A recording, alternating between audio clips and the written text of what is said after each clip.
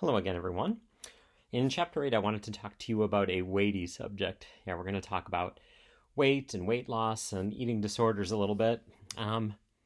So the experts come up with a range of what they consider to be a healthy weight for you. It's based on whether you're male or female and based on your body frame size, especially your height. And so for every person, it's different. It's not just exactly one number, like you have to weigh 170. But they might say for someone, your ideal weight, a healthy weight, would be maybe between 150 and 165. Depends on the person. So if you weigh in that range, you're considered to be a healthy weight. Below that, you're underweight. Above that, you are overweight. But if you're 20% or more above that healthy weight range, you'd be considered obese. So let's say your healthy weight range is 180 to 200. So if you weigh anything over 200, you would be considered overweight. 20% above that would be 240. If you weigh that or higher, you'd be considered obese. And by the way, just a quick little disclaimer. We make too big of a deal about how much you weigh. It's a single number. It's easy to obtain. It gives a pretty good indication of other health issues. But you can be overweight or underweight and still be healthy. Likewise, you could be a healthy weight and still be unhealthy. Still, it's an easy number to obtain. So, obesity, 20% or more above ideal weight. These days, we have a lot of Americans who are obese. It's about 1 in 3. It's a higher percentage than we've ever had, and it's a higher percentage than most other countries around the world. So, why are we weighing so much in our country? Well, 3 factors. These are no big surprise. Number 1, we eat too much food.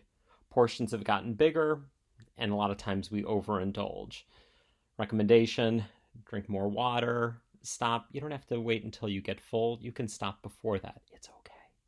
A lot of times we load up on stuff before the meal, chips and salsa, breadsticks, and then we still eat a whole meal anyways.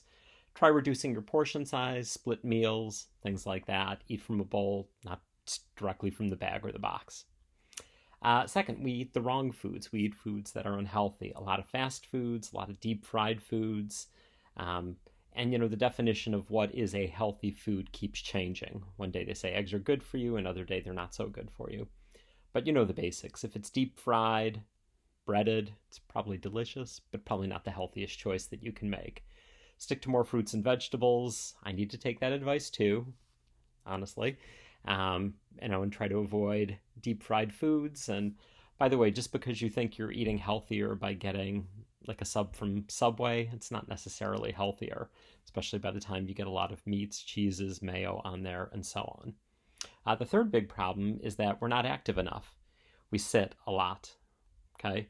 You need to make time for physical activity, especially these days. I'm filming this at March 21st, coronavirus time. We're stuck indoors a lot.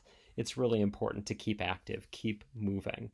Walk a little bit further than than you normally do.